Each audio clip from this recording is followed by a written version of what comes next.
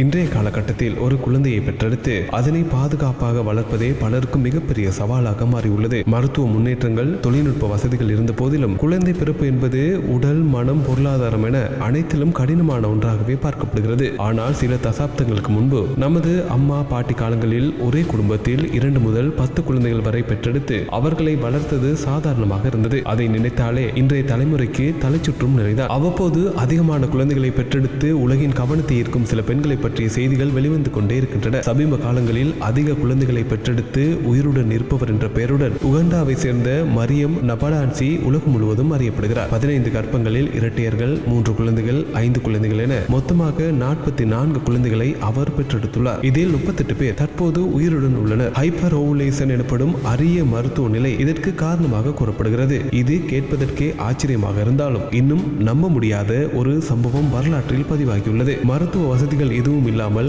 18ஆம் நூற்றாண்டில் ஒரே பெண் 27 முறை பிரசவித்து 69 குழந்தைகளை பெற்றெடுத்தாள் என்றால் அது நம்ப முடியாததாக தோன்றும். ஆனால் அந்த சம்பவம் உண்மைதான். உலகில் அதிக குழந்தைகளை பெற்ற தாய் என்ற சாதனையை படைத்தவர் ரஷ்யாவை சேர்ந்த வலண்டினா வாசிலியேவ் என்பவர். 1725 முதல் 1765 வரை சுமார் 40 ஆண்டுகளில் அவர் 27 முறை பிரசவித்து மொத்தம் 69 குழந்தைகளுக்கு தாயானார். 1707ஆம் ஆண்டு பிறந்த வலண்டினா ரஷ்யாவின் ஜூயா நகரை சேர்ந்த ஏழை விவசாயி பியோடர் வாசிலியேவின் முதல் மனைவியாக இருந்தார். கின்னஸ் உலக சாதனை பதிவுகளின்படி அவர் முதல் குழந்தையை 1725ஆம் ஆண்டிலும் கடைசி குழந்தையை 1765ஆம் ஆண்டிலும் பெற்றெடுத்தார். இந்த கணக்கின் அடிப்படையில் தனது வாழ்நாளில் 18 முதல் 40 ஆண்டுகள் வரை அவர் கர்ப்ப நிலையில் இருந்திருக்கலாம் என வரலாற்று ஆய்வாளர்கள் குறிப்பிடுகின்றனர். வாலண்டினா 4 முறை 4 குழந்தைகளையும், 7 முறை 3 குழந்தைகளையும், 16 முறை இரட்டை குழந்தைகளையும் பெற்றெடுத்துள்ளார். இந்த 27 பிரசவங்களில் ஒரே ஒரு இரட்டை குழந்தை ஜோடி மட்டும் உயிரிழந்ததாக கூறப்படுகிறது. அதுவும் அந்த காலகட்டத்தில் குழந்தை மரண விகிதத்தை கருத்தில் கொண்டால் பெரும்பாலான குழந்தைகள் உயிர் பிழைத்தது அனைவரையும்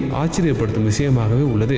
இதில் மேலும் சுவாரஸ்யமான தகவல் என்னவென்றால் வாலண்டினாவுடன் பெற்ற 69 குழந்தைகளுக்கு மட்டுமல்ல, அவரது கணவன் பியோடர் தனது 2வது மனைவியுடன் 18 குழந்தைகளை பெற்றெடுத்தார். இதன் மூலம் பியோடருக்கு மொத்தமாக 87 குழந்தைகள் இருந்ததாக வரலாற்று ஆவணங்கள் தெரிவிக்கின்றன. 1782ஆம் ஆண்டு ஆகஸ்ட் 13ஆம் தேதி செயின்ட் பீட்டர்ஸ்பர்கில் எழுதப்பட்ட ஒரு கடிதத்தில் மாஸ்கோ மாகாணத்தை சேர்ந்த 75 வயது விவசாயி பியாடோர் நல்ல உடல் நலத்துடனும் உயிருடனும் இருப்பதாக கூறப்பட்டுள்ளது. அதில் முதல் மனைவி மூலம் 27 பிரசவங்களில் 69 குழந்தைகளும், 2வது மனைவி மூலம் 8 பிரசவங்களில் 18 குழந்தைகளும் பிறந்ததாக தெளிவாக எழுதப்பட்டுள்ளது. இந்த தகவல் இங்கிலாந்தில் உள்ள உறவினர்களுக்கு செயின்ட் பீட்டர்ஸ்பர்க் நகரில் இருந்த ஒரு ஆங்கில வணிகரால் அனுப்பப்பட்டதாகவும் குறிப்பிடப்பட்டுள்ளது. மேலும் 1834ஆம் ஆண்டு வெளியிடப்பட்ட ஒரு புத்தகத்திலும் இதே தகவல் உறுதிப்படுத்தப்பட்டுள்ளது. அதில் 1782ஆம் ஆண்டு நிக்கோல்ஸ்கி மடாலயத்திலிருந்து மாஸ்கோவுக்கு அனுப்பப்பட்ட பட்டியலில் ஜூயா மாவட்டத்தை சேர்ந்த பியோடோர் வாசிலியேவ் 2 திருமணங்களில் 87 குழந்தைகளை பெற்றிருந்தார் என்று பதிவு செய்யப்பட்டுள்ளதாக கூறப்படுகிறது. அதே நேரத்தில் அவருக்கு 75 வயது என்றும் 82 குழந்தைகள் உயிருடன் இருந்ததாகவும் குறிப்பிடப்பட்டுள்ளது. இவ்வாறு மருத்துவ வசதிகள் இல்லாத காலத்திலேயே நிகழ்ந்த சம்பவம் இன்றும் உலகம் முழுவதும் ஆச்சரியமும் அதிர்ச்சியும் ஏற்படுத்தும் ஒரு வரலாற்று அதிசயமாகவே பார்க்கப்படுகின்றது. உலக நடப்புகளை உடனுக்குடன் அறிந்திட News 21 தமிழோடு இணைந்திருங்கள்.